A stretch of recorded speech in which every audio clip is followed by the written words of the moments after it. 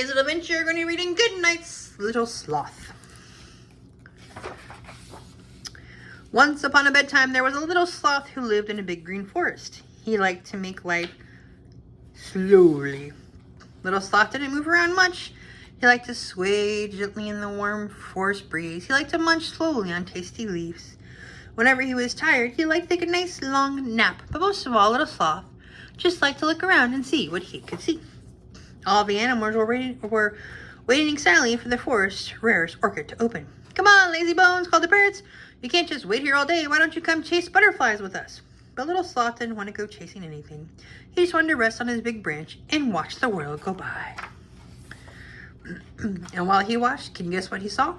He saw a butterfly being born, and a lizard walking on water, and he saw a snake shed his skin, and a spider weave its web. Little Sloth thought they were the most interesting things he had ever seen. When the parrots returned, they asked Little Sloth what he'd been doing, so he told them. "Have you ever seen any of those things?" he asked. The parrots had to admit, no, they never have.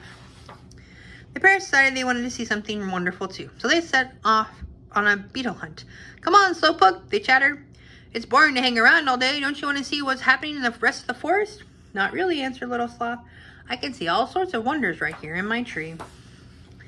Little Sloth was right. While the parrots were flapping here and there and everywhere, Little Sloth stayed, still watching. He saw a hummingbird hovering like a bright flying jewel. He even saw 10 different kinds of beetles, which was more than the parrots did.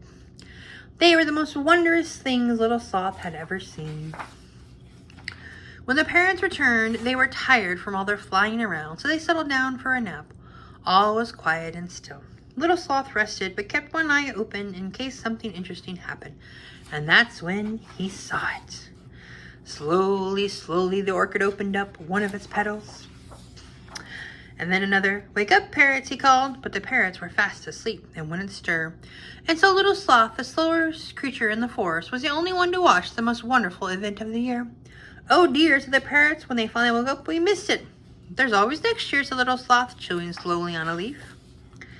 "I really think it's time to take a nap after all that excitement." And that's just what he did. Good night, Little Sloth.